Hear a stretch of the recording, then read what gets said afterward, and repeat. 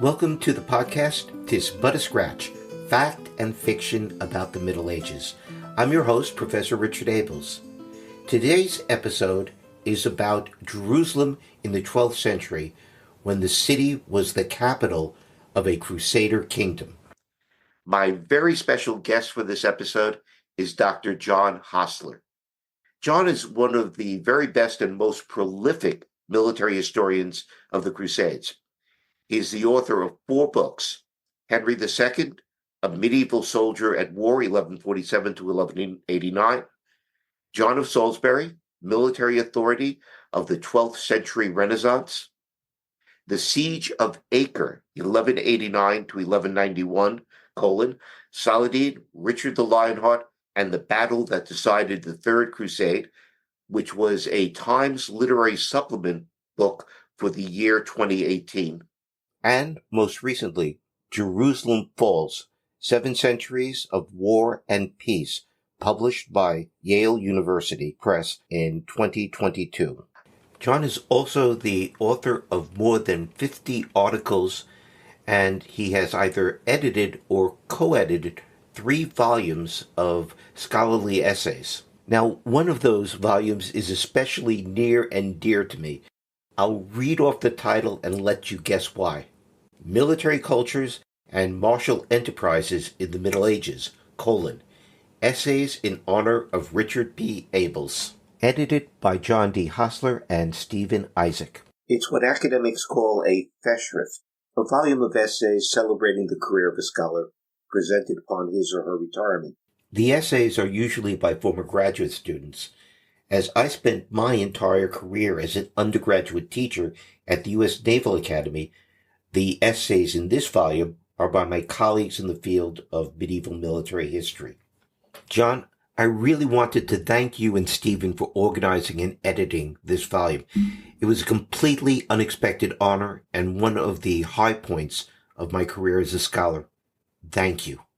It was my pleasure, and I'm sure Stephen, my co-editor, would say the same thing. Along with our friend and colleague Cliff Rogers at West Point, John and I share the rather odd distinction of being medieval historians who teach, or in my case, taught, U.S. military officers.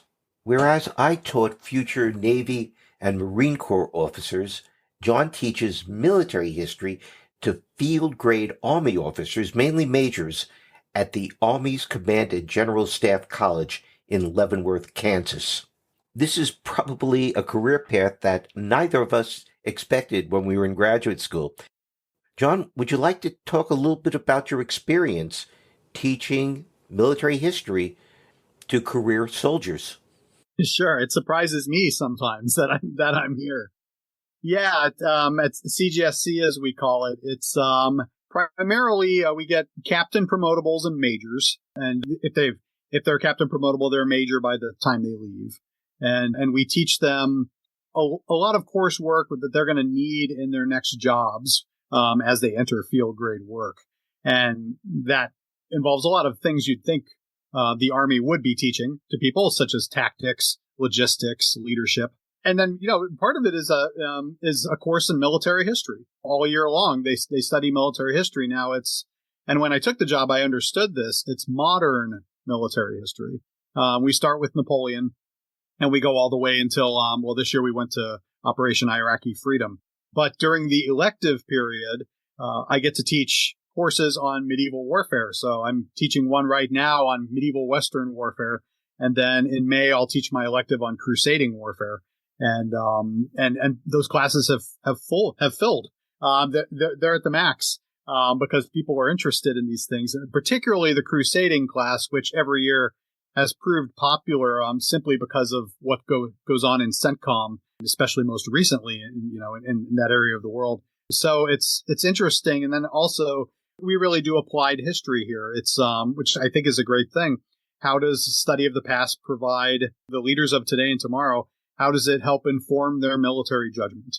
How does it make them better, agile, and adaptive leaders when they're downrange and a situation pops up and they haven't seen it before and they have to think critically about this? And if they can remember, I'm not the first person to confront a situation like this. And And I know something about how other commanders have met these challenges, and it helps inform them.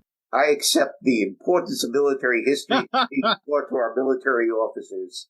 So it's justified my career, and it's justified your career. That's great. I hope so, yes. It is. But we should turn to the subject of today's episode, Jerusalem in the 12th century. What Jerusalem meant to the Christians, Muslims, and Jews of the crusading era. We actually have a cinematic answer to that question given in Ridley Scott's epic, The Kingdom of Heaven. Having negotiated the surrender of Jerusalem to Saladin after a fierce defense of the city, the film's protagonist Balian turns to Saladin and asks, "What is Jerusalem worth?" Nothing.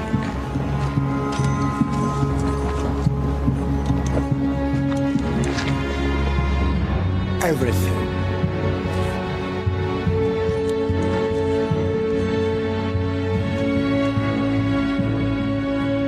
Well, I think that says it all. I mean, Yep. yeah. I mean, if you're looking at a movie that gets the Middle Ages completely wrong, it's Kingdom of Heaven. Yeah, it's got some problems. Was it last year or 2 years ago, I gave a talk here on Kingdom of Heaven at the Kansas City Public Library. I think we got 200 people or something. And it was fascinating to, people, it's something that everybody's seen, and everybody was very quick to tell me. They said, well, it may be bad, but have you seen the director's cut? That's what they all wanted to know. Have you seen the director's cut is much better. Much better. Yeah. You see the director's cut and you say, no, it doesn't. Well, I think we'll be able to expand a little bit on Saladin's answer in this episode. Yeah. Now, when I looked over your career, and I've known you from the time that you were a graduate student? I was thinking about this morning. I think we first met, it was either 2000 or 2001 at a conference, I think. It was at the conference. I remember that. Yeah.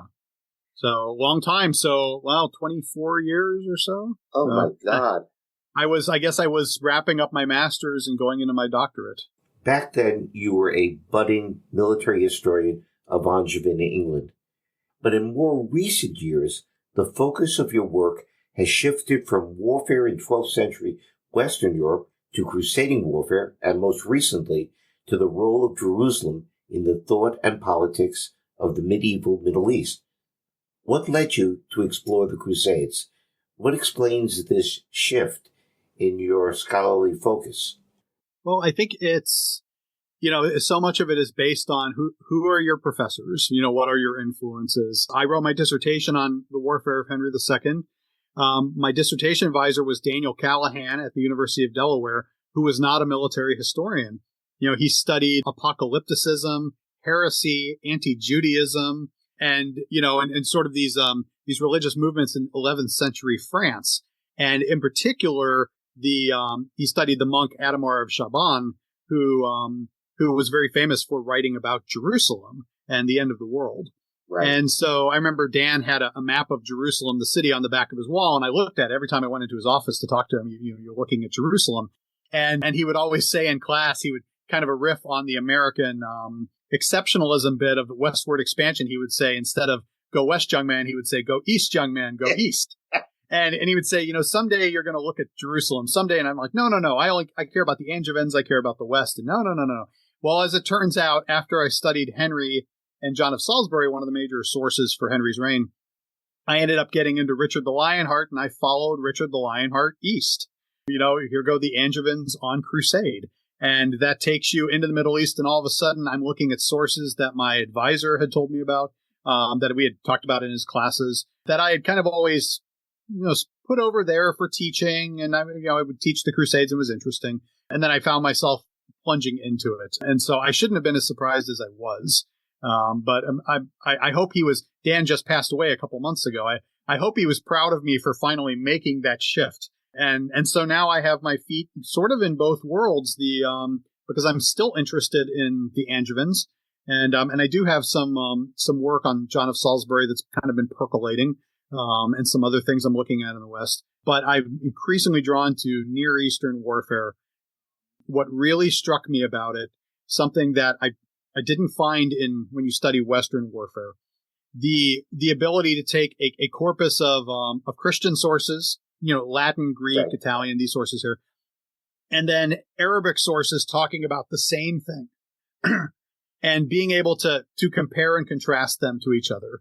I just find incredibly fascinating, particularly when you're talking about things like battles and sieges, where, and then we courageously charged the wall and we lost 2,000 soldiers and the ladders were set on fire. And then you read the Arabic account and it's nothing like that. And you say, what is going on? And then from the side, you have the Byzantines kind of chirping in from the side with a different view altogether. And then sometimes you got in the surviving Hebrew work, sometimes you got a Jewish picture from this other side, this other party that's caught in the crosshairs. And I really enjoy that compare and contrast between the different perspectives. And you don't always get that in the West. I mean, you do, but the perspective is, well, okay, this person's writing in Normandy, this person's writing in East Anglia. Okay, that's interesting, but the starkness of those different views, I really enjoy that. And if for a historian trying to get to, as I'm kind of an old fogey, I do think history is kind of the search for truth. That I think it's such a fascinating method to be able to say, here's what one people believe, here's what other people believe, and where is the truth? It's somewhere in here, and I'm going to try to get to it. That reminds me of an episode that Ellen and I did almost 2 years ago. The episode was called How Saladin Took Jerusalem, 2 Eyewitness Accounts and a Movie. The movie was, of course, Kingdom of Heaven, and I need say no more about that. The 2 eyewitness accounts were by Balian of Iblin's squire Enul and Saladin's chancellor, Imad ad-Din al-Isfahani. Both men were not only present during the siege, but were well positioned to know about the high-level negotiations that led to the surrender. Mm-hmm. Although the accounts generally agree about what happened, they differ significantly in terms of tone and specifics, especially on why Saladin accepted Balian's offer of surrender. One of the events that starkly illustrates the point that you're making is the massacre of 1099. If you read the Latin sources, you get the sense that they killed all the Jews. The entire Jewish population of Jerusalem had been slaughtered in this great apocalyptic massacre. And then you discover that from Hebrew sources that you have refugees who go down to Cairo. Yeah. So it's not, if you just simply take the Latin sources, you're not getting the picture. Absolutely. Absolutely. Let's start with Jerusalem on the eve of the First Crusade in 1097. Okay. At this point, Jerusalem is in the hands of the Turks, right? It's been for a while in the hands of the Fatimid Caliphate, and now it's in the Turkish. It's under the Seljuks. What is Jerusalem to the Seljuks? What is Jerusalem at this point to the Fatimids? What does it mean, Jerusalem? Yeah, it's a great question because the Fatimids have it until about 1073. So you're talking 26 years before the First Crusade arrives, right? And they lose it to the Turks, and it's taken, from what I can discern, relatively peaceful. There's a blockade. There isn't much fighting. It kind of turns over and doesn't make a lot of noise in the sources that we have. It's almost if you did this turnover from some, if we want to say Sunni to Shia control, right? It's a whisper, it's an event, but there's no massacres, there's no mass suffering and things. Well, at least for a few years until it turns out that there's a revolt in the city by some of the Shia, and they grab this Turkish general's family members and they throw him in prison, and he comes back in 1077 and kills. And then there is a massacre. And then there is a massacre. He kills 3,000 people, which is the same number you have reported for 1099. It's the same number. But you don't get that in the textbooks. No. They skip right over it. And there has been some study of this lately about, how good are the sources and how can we take this and what are the reasons? But one thing I pointed out in the book is I said, I don't know. Are these lives more or less precious than the ones later on? I mean, but I think it doesn't have the same drama that the other does. It's religious. It's interreligious warfare, but the sources are light. they are light. You do not have these elaborate descriptions that you have in the Crusader Chronicles. You have so many of them and in such colorful language. It's very terse chronicle entries that they're very factual. There's one poem written about it later, but you don't have a lot of description. So I think it's as an event, it just kind of passes over and it takes second fiddle to what's perceived to be much more dramatic later on. And sometimes you're stuck with this as a historian. You just say, well, if we don't have the colorful accounts, it's like 1099. We don't have a primary Arabic account of that siege.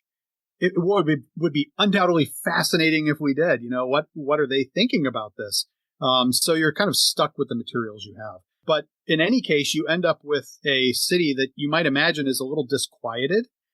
These seem to be, I would argue, more or less targeted killings. Seems to be like exactly the perpetrators are sorted out and specifically found.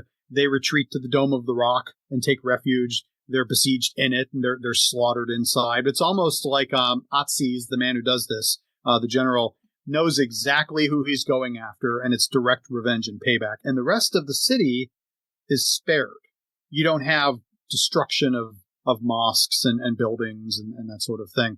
And then after 1077, there's kind of been an argument about this. There was an old assumption that following this, there was mass persecution of Christians, and that life got really tough in Jerusalem over those last couple of decades. Pilgrimage became very difficult to pull off to get to the city. More recent studies are really casting some doubt on that and finding that actually things were kind of returned to normal, in which there's Christians there, Eastern Christians, there's Jews, there's Muslims, there's some Shia Sunni bad blood, of course, but that people were grudgingly kind of living next to each other and eking out what they could in a bit of a tense environment. And that's really what Jerusalem is sort of like when the crusade departs from Western Europe. Although the Crusaders think that Christians are being persecuted, yes, and that Christians are being prevented from going to Jerusalem. Is this Byzantine propaganda being spread through the West? Well, and that's right. As I'm sure you know, that's a huge question, right? I mean, Urban's sermon and the versions of it we have. How much of this is actually happening? How much of this is information that the Byzantine emperor is pushing out to the West? How much of it is reality? I think there's quite a bit of embellishment. I mean, some of those sermons are really, they almost, they're pretty disgusting in their descriptions of what is happening to local Christians. What is supposed to be happening, yeah. Yeah. And what I found is some of that is happening. My question just was writing the book is how much of that is happening in Jerusalem specifically? Right. And that's kind of one thing I found through writing this is that Jerusalem almost stands as kind of a curious exception in a lot of ways. When the Crusaders take the city, they expel all the Jews from the city, right? They don't do that anywhere else. It's the only major town that they expel the Jews and Muslims from. The rest of them, they sort of leave alone. Why is that? Is Jerusalem a place where life was kind of okay in the 1070s and 1080s, whereas in Caesarea and Tyre and these other places, maybe life is a lot grittier, a lot trickier. Right. But that's that'll be endlessly argued over. Is Urban telling the truth? Is he propagandizing? Is he embellishing? Does he need to embellish to get people to sign up? And that's all, going through yet another round of scrutiny, although I kind of see this, like a lot of things in the Crusades, as just a cycle. We're going to keep talking about them over and over. I don't know that new ground will ever be broken on it. But the really weird thing to me is that Urban II's sermons and the preaching of the First Crusade make it sound as if Jerusalem has just been captured by the Muslim, and it's been in Muslim hands since what, 638? 638, yeah. Yeah, so it's nothing new about this. Yeah. But all of a sudden, this becomes a real cause in the West. Well, it really had. The 11th century is... I mentioned my doctoral advisor earlier. One of the last times I talked to him, he was telling me about, he said, I've really been interested in the 13th century lately. I said, oh, really? You're getting further in the period. But then he looked at me with these stern eyes and he says, but you cannot forget the 11th century. You cannot forget it. So important. So important. And, for Jerusalem, it kicks off in 1009. Al-Hakim unleashes his forces and the Sepulchre Church is destroyed. It's rebuilt and then it's destroyed again. You have the German pilgrimage, in which these people get caught out in the open trying to get to the city, and they're cut down in mass numbers. There is the after the 1009 attack, there is this, I guess it's still unresolved question about whether Pope Sergius IV gets this information and tries to call a crusade, at the start of the 11th century, blaming things on the local Jews and, they have ratted out the Christians and we need to go and get our revenge. And Pope Gregory VII, by the time you're in the 1070s, he's trying to plan a crusade. So it's strange. Yeah, you're absolutely right. These things, the Muslims have been around for hundreds of years. But there seemed to have been this immediacy in the 11th century that things were starting to get so bad in the Western imagination. Somebody has to do something. And also in the Western imagination, it's an apocalyptic period. Yes. And the idea is we're coming to the end of time. Yes. And that means Jerusalem is at the center. The center. Yeah. And, some Crusade historians like J. Rubinstein have really sort of emphasized that apocalyptic angle that you see in the Chronicles, right? That we're going to witness the return of Jesus and the descent of the heavenly Jerusalem. The massacres massacres portrayed through the Book of Revelation. Yes. Yep. Which is, the really shocking thing about it is not so much that they massacred, but the triumphant tone that's taken by the eyewitness accounts of the massacre. But the tone is the Book of Revelation. Right. It's tramping out the vintage where the grapes of wrath are stored. That's right. And the reference to the ankle, knee, bridle high blood on the Temple Mount. Right out of the Bible. Yeah, yeah. And so I think it's so many of these things are coming together at once, and there's this sort of immediacy that, this is our moment in history. We're going to see through the greatest change, which if you're thinking in terms of salvation history, you are at the climax. This is the most important thing that has happened or will happen since the crucifixion. And the thought of being there for that, and then you layer on all these other things. And did you hear what they're doing? I didn't hear that. And did you hear about this? Whoa. And, I try to put myself in the mind of somebody who's, in the West who is not reading Eastern chronicles and letters and documents and knowing what's really going on. This is 3,000 kilometers away, right? And you hear tell of all of this stuff going on, and it all seems like the history has been driving you to this moment. It must have been a very powerful feeling, I suppose. Well, it had to be. To move that many people out of, to go 1,500 kilometers of traveling for people who would hardly move 10 kilometers in their lifetime before that. That is a powerful driving force. Mm-hmm. But it's not completely surprising, because Jerusalem is an idea in the West. It's the heavenly city made concrete. Yes. What is it? And I know this is a really controversial question. What is it in Islamic thought in the 11th century? Great question. And this has been, from my impression, intense discussion on this in recent years, because it's, Jerusalem has its meaning based off the night journey of Muhammad, right? I mean, that's where it begins. It is the direction of the first Qibla. Early Muslims would pray towards Jerusalem, right? Until that's changed and they begin to pray towards Mecca. And so clearly there is an importance to it. But the Arabists have really been going over in the past few years the nature of that importance, because it was never made a political capital by any of the caliphates, even though folks like the Umayyad, would receive their titles in Jerusalem. They never made it their capital. But they rule in Damascus, though. Yeah, they rule from Damascus, and then the Abbasids would rule from Baghdad and other places. The Abbasids kind of moved around a little bit. So it's not a political importance particularly. It has a religious importance, but once the Qibla direction is changed towards Mecca, it's very unclear, well, what spiritual importance? Umar builds a mosque there on the Temple Mount, the first Al-Aqsa.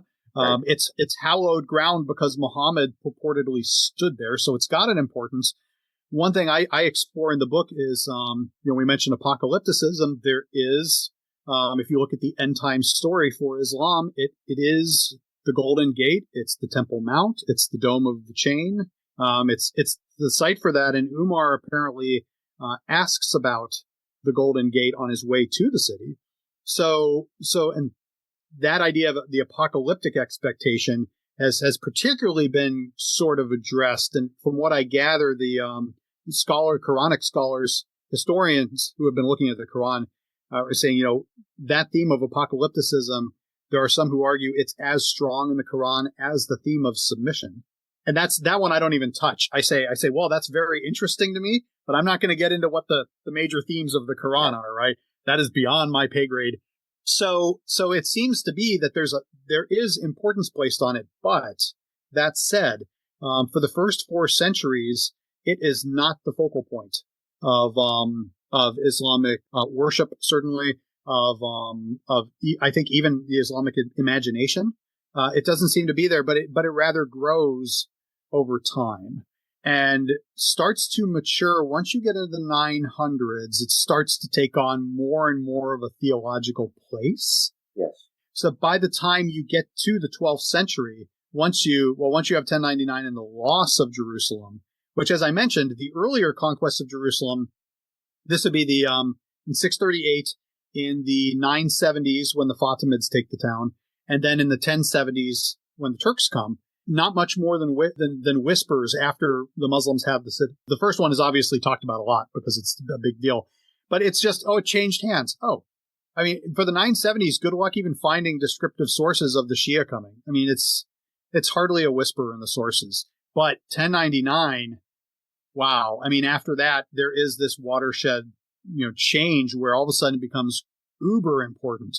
Saladin is tasked, as Nur al-Din had been tasked before him, with, you have some major jobs to do. You are supposed to unify Islam, and you are to recover the holy city. And there's some real interesting Arabic poetry written at the time. It's this great book put out called The Cutting Edge of the Poet's Sword. Oh, yeah. Where just the theme, the drumbeat of you need to get Jerusalem back. And in Saladin's campaigns, he's routinely questioned by people. This is great that we're taking this port city. When are we going to Jerusalem? And there is a line. I know it's easy to make fun of Kingdom of Heaven. There is a line in that movie where one of Saladin's emirs does pose this point to him and says, you're talking about all of this, but when are we going to Jerusalem? And so the pressure is on. So it's clearly, I would say, from the 10th into the 12th century, there is this change where it starts to take on much more importance than it had in early Islam. One of the nice ironies is that Saladin's getting the same sort of drumbeat that Richard is going to get. It's really nice that you've taken all these coastal cities back, but when are we going to go to Jerusalem? Yep, exactly. And from from a strategic perspective, it's interesting when you have 2 generals, Richard and Saladin, who are very competent and have very good strategic plans. And the pressure on them to, in a sense, abandon good strategy to take a target that is symbolic, spiritual, and deeply meaningful, but has very little military. Of no strategic significance and of no real economic or administrative importance. Yep. It's 60 miles inland, which makes it extremely difficult if you're being supplied from the sea to be able to have the logistical support for a siege that's going to be successful. Richard is absolutely right that if you're going to take Jerusalem, the way to take Jerusalem is to go to Cairo, not to go to Jerusalem. And Saladin is very methodical about taking Jerusalem. One of the things that I noticed about Saladin taking Jerusalem is that he enters Jerusalem on the day celebrating Muhammad's accession to heaven. Yeah. And that seems to be too much of a coincidence. I think there's planning going on, and I think that there's a deal made with Balian and the defenders of the city to surrender the city exactly at the right time. Mm-hmm. Saladin is, and this is, if you read Jonathan Phillips' book on Saladin, which is just terrific, he is clearly a political master. He knows exactly what things to say, when to time his movements, what gifts to give to the right people at the right time to make the correct impression. And so, I would agree with that. I mean, everything is calculated in a sense, and you can tell when when events turn against his calculations, when he's got things planned out and then friction happens, to pull in Clausewitz here, and then friction occurs and he doesn't get to, his frustration is palpable in the sources. This is a planner. This is somebody who wants things going the way he foresees them. And he sets it up like that. So, and that, frankly, that realization, I would argue, would be a way to read his career. When some people look at Saladin, who, as you know, has been valorized, across centuries, is in the West as well as the East. In the West as well as the East. If this is a man who plans everything and is that calculated, then everything he does, you can look through that lens. And sometimes when he gets himself into scrapes that don't support the legend, right? One of them in particular at the Siege of Jerusalem, then people have been quick to kind of brush it off and say, well, that was just kind of this. And I tend to look at it and say, no, wait a minute. He's a very calculating guy. If that happened, he probably meant that to happen. The taking of Jerusalem in 1187 is especially interesting because of the failure of Saladin to massacre the Christian population. Mm-hmm. The pressure to massacre must have been immense. It's vengeance for what happened in 1099. Mm-hmm. It's Imad ad-Din actually has a statement about how Saladin says he's going to wash the streets, purify the streets of Jerusalem in the blood of Christians. Saladin was portrayed by Imad ad-Din al-Isfahani as a fervent and bloodthirsty mujahid. Mm-hmm. But when Saladin actually takes Jerusalem, he's moderate, generous. That's the Ernul version of it, but it also seems to be pretty much realistic. But he has to apologize for not massacring. And he explains in the letters that he sends out to the Caliph and others that he took the city, and he took it this way because of the threat to massacre all of the Muslim hostages in the city and pulling down the holy places. He rescued the holy places. And again here, and this is where in the book I take a bit of a different stance here, because you mentioned Imad ad-Din Isfahani, right? Crucial source. Yes, Saladin spares people, and I think he is very generous because he allows the Christians to ransom themselves. The ones who can't afford to, he even lets some of them go free.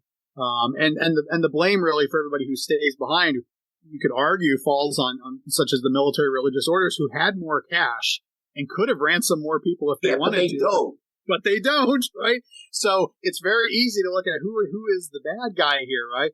But Isfahani does say afterwards that there were about 8,000 women left over, and Saladin gives them to his soldiers afterwards, and I would argue not just enables, but allows a mass rape of the women in Jerusalem. And that is, again, I kind of mentioned these things that people kind of pass over, and it's been kind of like, well, Isfahani is using colorful language, or he's saying, I'm reading this, I'm like, wait a minute, right? If everything else about this is calculated, what is this giving the women over? Because the enslavement afterwards is routinely discussed. They are sold into the slave markets of Damascus, the ones who weren't able to be ransomed. What is this mass rape afterwards? Now, normally, this does happen in medieval sieges, typically when no quarter is given, because the city has resisted. You've broken through the walls, but this is a city. Quarter was given here. There was an agreement. There was a peaceful turnover of power once the fighting stopped, and yet you have this event. And so, I always look at 1187. I say, it seems to me that the legend of Saladin has overwhelmed the reality in this instance. It is absolutely true. He spared these people's lives, right? He did enslave the rest, and his soldiers did, enact this mass rape on the rest. So it's really it's both sides of the coin. I think that the reason why the legend of Saladin isn't touched by that, it's not in Ernul's account. Right. And that's because Ernul is really saying what Balian wants people to hear. What Balian wants people to hear is Saladin is a reasonable man. You can deal with him. And if you're going to deal with him, you deal with him through me. Yes. We have this personal relationship. Right. And mass rape doesn't figure into that at all. Mm-hmm. And also, Saladin becomes this figure that becomes the worthy adversary for Richard. He becomes Richard's counterpart. the Western sources even want him to be baptized eventually. Right. So yeah, I would agree that I think the West has always had a fascination with this guy. And, it's odd on one sense. Wait a minute, this is the guy who destroyed the army at the Battle of Hattin. He just wiped them out. Yeah. He took the holy city, he did all these things. He's he humiliated you on several levels, but there is this grudging respect nonetheless. And, when I was working on the Siege of Acre, certainly the sources in the small moments that you kind of can find to get a glimpse into his life, you see some of that. There's one where there's an attack on the Crusader camp and a baby, one of the Franks' babies, is kidnapped. And the mother comes to Saladin's tent and she's weeping and she says, "Please give me my baby back. He's innocent." And Saladin is moved to tears and he takes pity on the woman. He gives the baby back and you look at that and say, "Aw, that's so nice." And there's a lot of stories like that where you say, this is a guy who in many moments seems like a just ruler. And, if you go forward in the Middle Ages and you start reading Dante's Inferno, Saladin is in Inferno, but he's not in hell. He's hanging out in limbo. So even Dante's saying, I don't know what to do with this guy, right? I mean, he's a Muslim. I can't put him in purgatory or heaven, but I don't want him to burn because he seems like a nice guy. So I'm going to put him over here in limbo and he's just hanging out by himself. And Kaiser Wilhelm in 1898 visits Damascus, looks at the shabby tomb that they've given to Saladin, and orders it to be rebuilt at his expense as a grand monument to this worthy adversary. Yeah, and as I think it was Phillips who pointed out, was it in 1979, Jimmy Carter goes to Egypt and talks about Saladin in glowing words in a speech, in a foreign policy speech. This man has superseded history in a sense. I mean, you can revise his reputation, the historical record all you want. I don't think you're ever going to change the legend that has somehow endured. Okay, returning to 1099. Jerusalem has now been taken by the Crusaders. Jerusalem has now become the capital city for the new kingdom of Jerusalem. Mm-hmm. How does it actually function that way? It's 60 miles inland. Most of the kingdom of Jerusalem is a coastal kingdom, right? Mm-hmm. Is it symbolic or is it a actual functioning capital? It does function in a sense, but I would separate. I would say it's a functioning capital for the rulers, but not for the people. The city is depopulated. There's no one there. As you know, most of the Crusaders go home. About, we think 3,000. There's that number again, 3,000, which is just, why always 3,000? 3,000 Crusaders stay in the East and distribute, among there in Antioch and elsewhere in Edessa. So there's not a lot of people, and they've thrown out all the Muslims and the Jews. They've expelled them from the city, so they don't even have a market in Jerusalem in the early years. You can't even go and buy most of the staples that you need. You have to leave town to do your shopping, which must have been quite a hardship for the people living there. But from what we know is the kings do establish their first palace in the Al-Aqsa Mosque. Later on, they build a new palace south of the Tower of David, which has not survived, and they do rule there.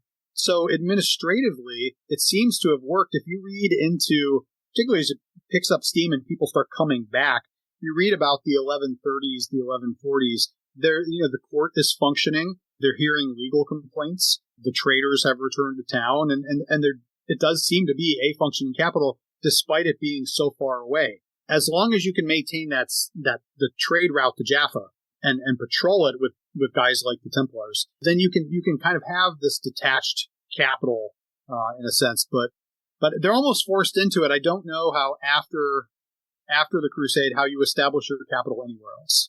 You have to do it where the Holy Sepulchre is. In fact, as you know, that Godfrey, when he becomes caretaker of the city, he's not named king. He's this caretaker of the Holy Sepulchre, right? So.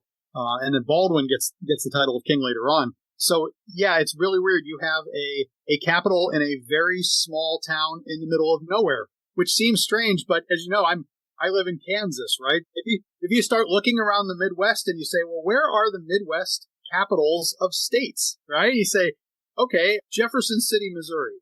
Where? Jefferson City, right? Yeah, you start looking at some of these states and say, these are, Springfield, Illinois. Well, okay, not Chicago, right? These very smaller towns. New York, Albany, New York, right? Maryland, and Annapolis, not Baltimore. Or I used to live in Delaware, right? Dover, not Wilmington. Yeah. So it can work. It does seem strange to see something like this, but I think that the religious nature of the crusade, you have to, and we have to also remember that the other cities on the coast are in flux because the crusades stopped at many of them and did take some through treaty and through some fighting, but then the other ones have to be grabbed after the first crusade comes to an end. And the last one to fall, most famously, Ascalon, doesn't come into Christian control until 1153. So there is, if you want to rule on the coast, you would have to say, well, where? It's still an unstable environment. Whereas in Jerusalem, you can say, look, it's fortified, it's off the trade routes. That does provide some security, and it's fully in our hands. So we can use it as a capital, and it remains that. After the Battle of Hattin, it really relocates to the city of Acre, where you read about Acre, and Jonathan Rubin has done some great work on Acre in the 13th century. Boy, you walk through Acre today, even today, it is small and jammed in. There's not much real estate. You can imagine you ran a kingdom out of this place.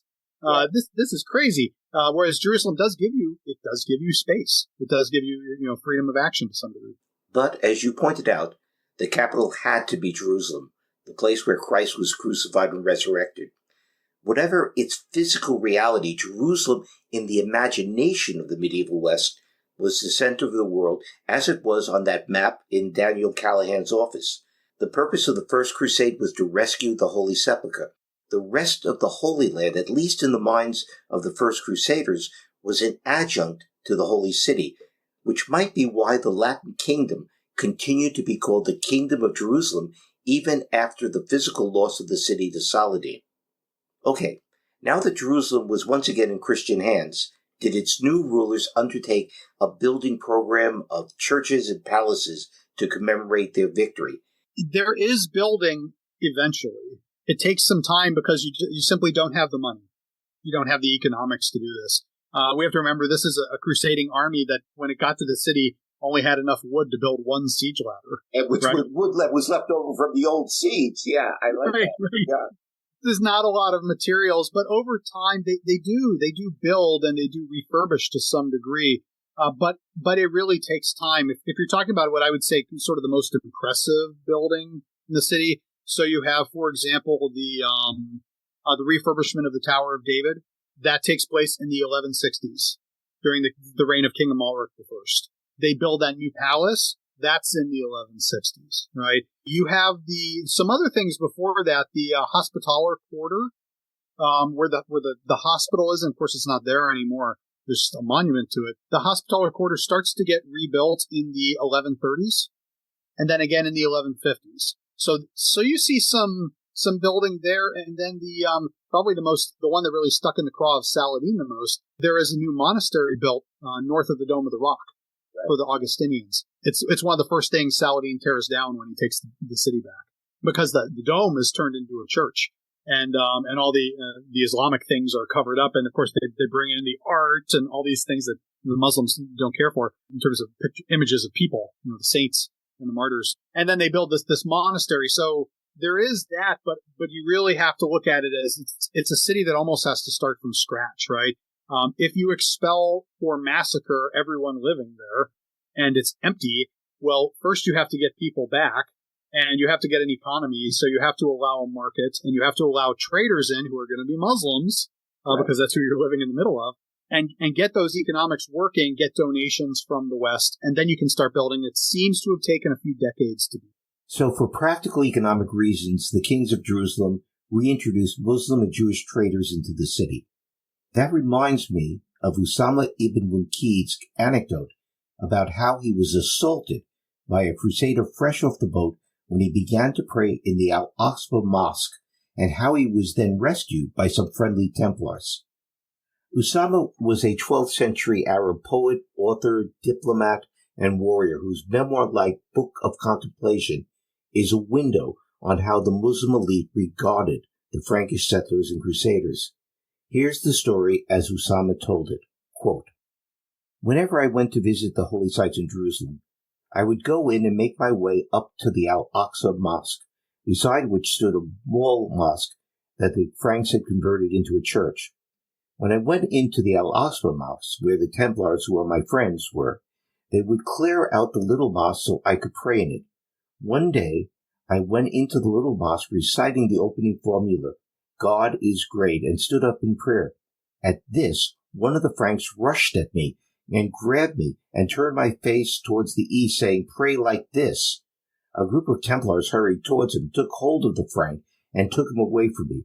I then returned to my prayers. The Frank, that very same one, took advantage of their inattention and returned, rushing upon me and turning my face to the east, saying, 'Pray like this.' So the Templars came in again, grabbed him, and threw him out. They apologized to me, saying, 'This man is a stranger, just arrived from the Frankish lands sometime in the past few days. He has never before seen anyone who did not pray towards the east.' 'I think I prayed enough,' I said, and left. I used to marvel at the devil, the change of his expression, the way he trembled, and what he must have made of seeing someone praying towards Mecca." And the interesting thing about that story is that he's allowed to go in to pray. Yes. And that he's befriended by a couple of Templars who apologize to Usama for the rude behavior of the recently arrived crusader. I love it that the crusader is upset that Usama is praying in the wrong direction. Not that he's a Muslim praying to his God, but that he is praying toward Mecca and not toward the east. Right. He's praying in the wrong direction, which I love. So there is a sort of accommodation of Muslims in Crusader Jerusalem that allows them to pray in their holy places? There must have been. And we lack, if you're looking at, say, narrative sources, I don't know that we have a moment where and then the king declared that this would be permitted, right? We have nothing like that.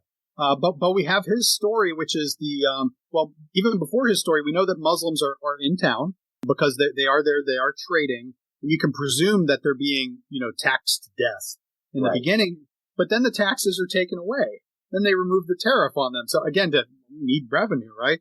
And then you get this story with this Osama who read that story, and some people have, the Arabists who come in and they say, look, when it says Templars are his friends, the word they're using is not really, don't think about, bosom friend, this sort of thing, right? But they knew each other. They're familiar with each other.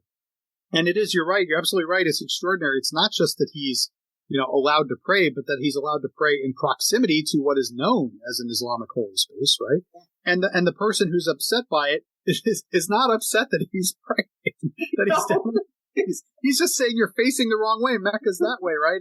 And they apologize for him. So, and the other response is, well, who is Usama, right? He's a diplomat. His dad runs Shaysar, so it's an ally of the kingdom.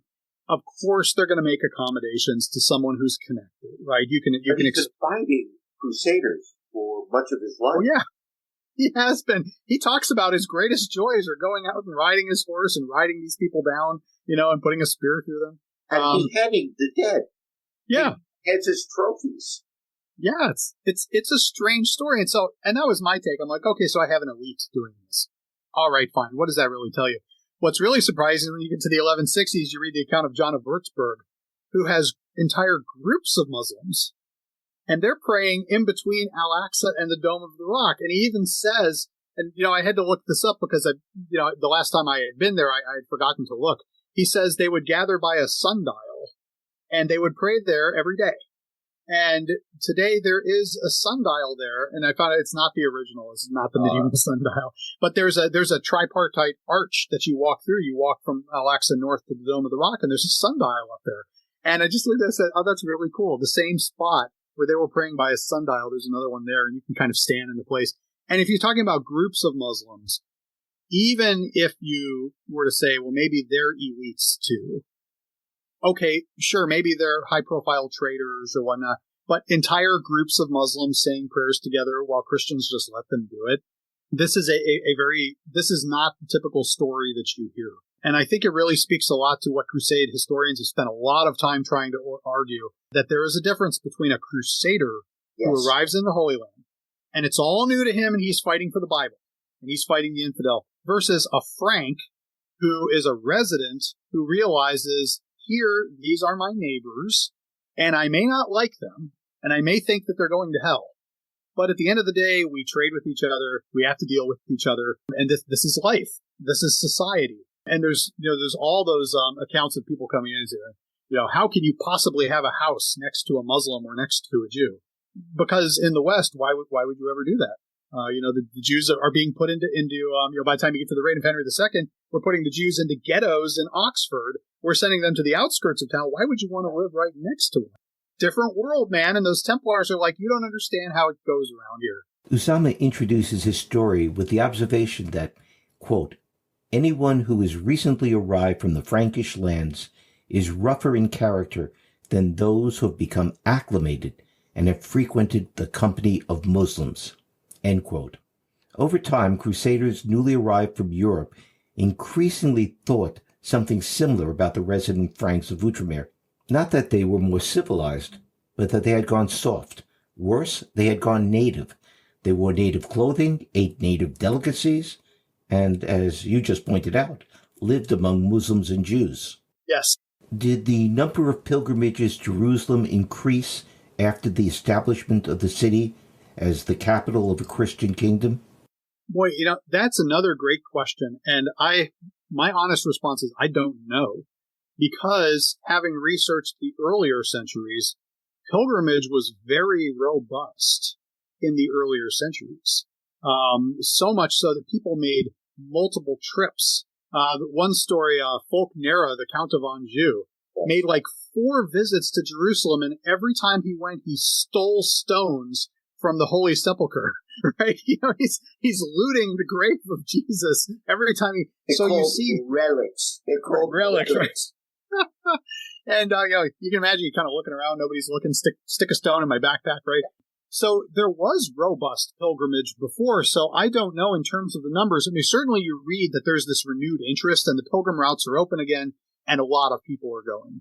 I just don't know numerically whether it's comparatively more or less than, say, the heyday of, say, the 10th century, when everybody was interested in it. I honestly don't know, but you do get the sense that, now that it's open, people do want to come. And, the Knights Hospitaller and Templars are there for a reason, because people are coming, they are getting wounded, they do need protection, they do need military assistance. And I got to imagine you don't build a hospital with, I forget, 300 beds when they start off, when they expand it, if you don't have the business, right? So clearly there are people coming, but in terms of numbers, that's a great question. There's probably an expert on pilgrimage out there who can zero down on it. Okay, so between 1187 and 1229, Jerusalem was in the hands of Muslim rulers. Although I said that we would talk about Jerusalem in the 12th century, I have a question about Jerusalem in the 13th century. In 1228, the Holy Roman Emperor Frederick II conducted what may be the weirdest crusade. He had taken a crusading vow upon his election as King of Germany in 1215, and then renewed that vow several times, always ignoring the Pope's plea that he fulfill his oath.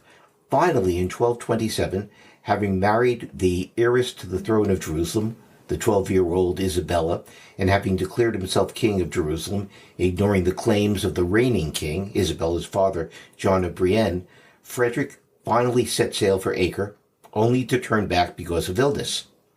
This was the last straw for the Pope, who excommunicated him for his failure to fulfill his crusading vow.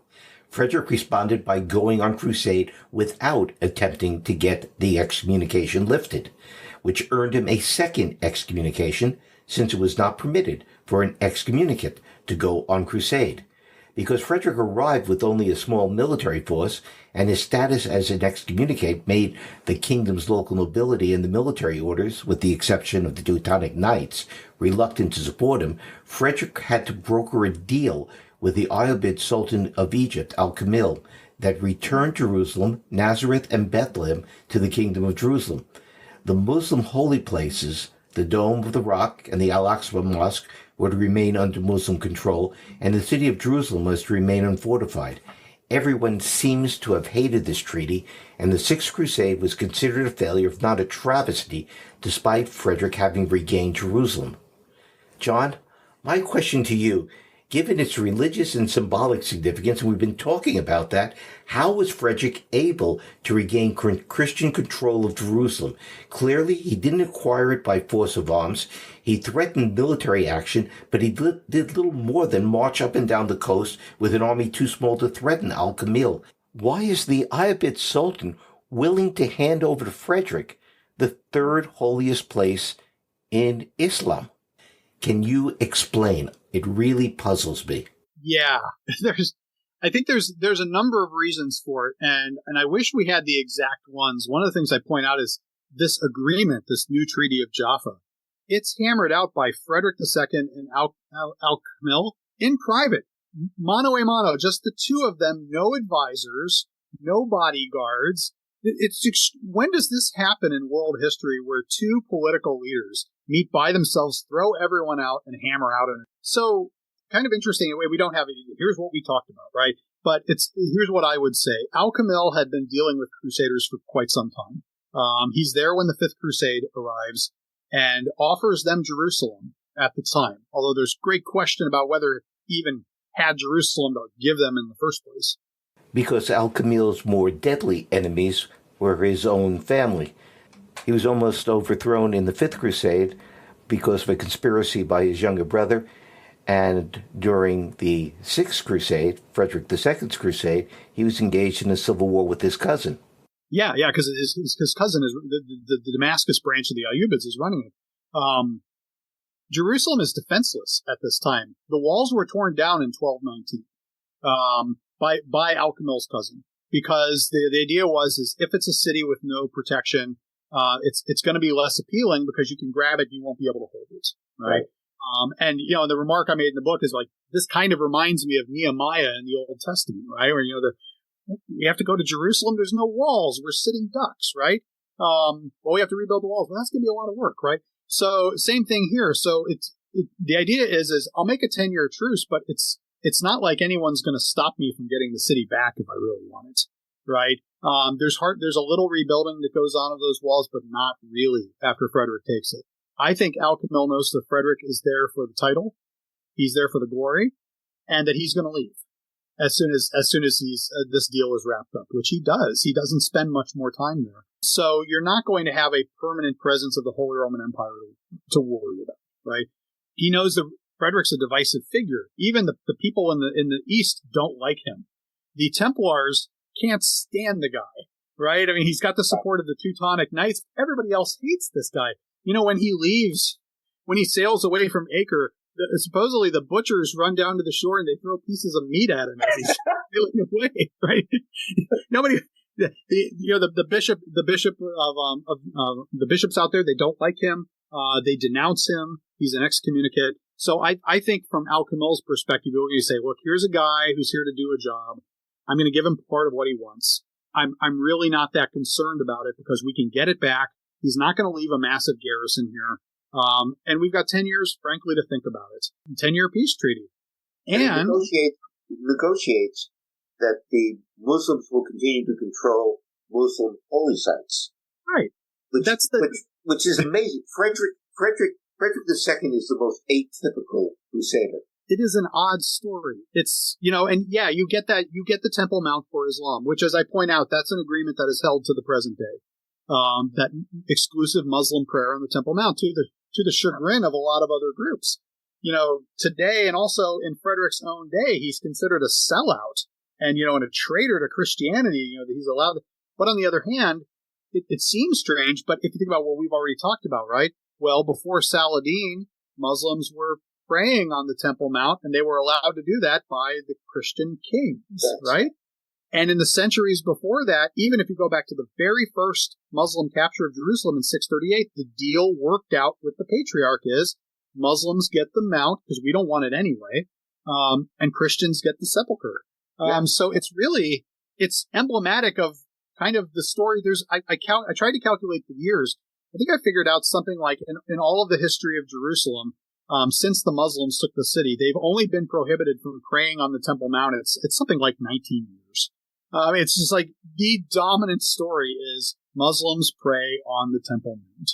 Frederick is just going back to an old deal. And it's interesting, after Frederick leaves, and once the truce lapses and there's more fighting and the city falls back, you have the Barons' Crusades, where you reach more of the similar arrangements. Muslims can be up there, and we'll be content to be down here. And this is how we live, right? So the story of medieval Jerusalem is not just a story of conquest and conflict, but it's also a story of accommodation. Well, that would be my argument. The book came out in 2022. I got to say, the reviews, I will admit, not everyone has agreed with me. And some have, one of them, I think one of the most biting ones has been what Hosler is talking about in terms of accommodation is just real politics. It's just, if you have the power and this kind of stuff. And I'm like, yeah, I get that, but I don't know. The more I look at it, I see a lot of just, you know what? This is life in the Near East. You can't make it a Christian theocracy. You can't make it a Christian-only territory. That's never going to happen.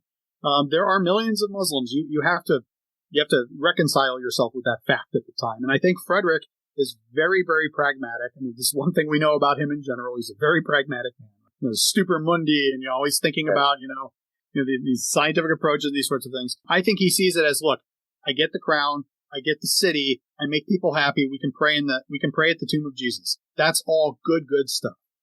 Who cares about the Temple Mount at the end of the day? Yeah, we got churches there. I got it. Sure, but it's not like they're important to us. Let them have it. Let them have up there where the sun is hotter, and they can suffer up there. We'll be downtown, where the good place is. And so I think it is extraordinary. It always interests me when you have a member of another faith granting liberties to the other guy. Right. And that's what you have here, a Christian granting liberty to Muslims. I should point out, Al-Kamil catches a lot of heat for this too. He is denounced just as bad as Frederick for making accommodations with the infidel and for sacrificing the rest of the city. There's a very popular preacher who writes a special sermon at the request of the Caliph to denounce this guy. And you know what they say about compromises, right? A good compromise is where both parties walk away a little upset. Yeah. This is a good compromise. And what's really nice is that it solved all the problems about Jerusalem, and Jerusalem has hardly been a problem ever since. Oh, I wish that were true. Well, on that note, we've come to the end of this episode. John, thank you so much for joining me on the podcast. If our listeners wish to learn more about medieval Jerusalem, I recommend that they pick up your book, Jerusalem Falls, 7 Centuries of War and Peace, published by Yale University Press. Thanks so much for having me. It's been great to be on. It's been enjoyable. If you are enjoying Tis But a Scratch fact and fiction about the Middle Ages, please tell your friends and tell anyone you know who might be interested in things medieval. If you are listening on Apple Podcasts, consider rating and reviewing it. I'm told that is the best way of spreading the good news. Until next time, bye for now.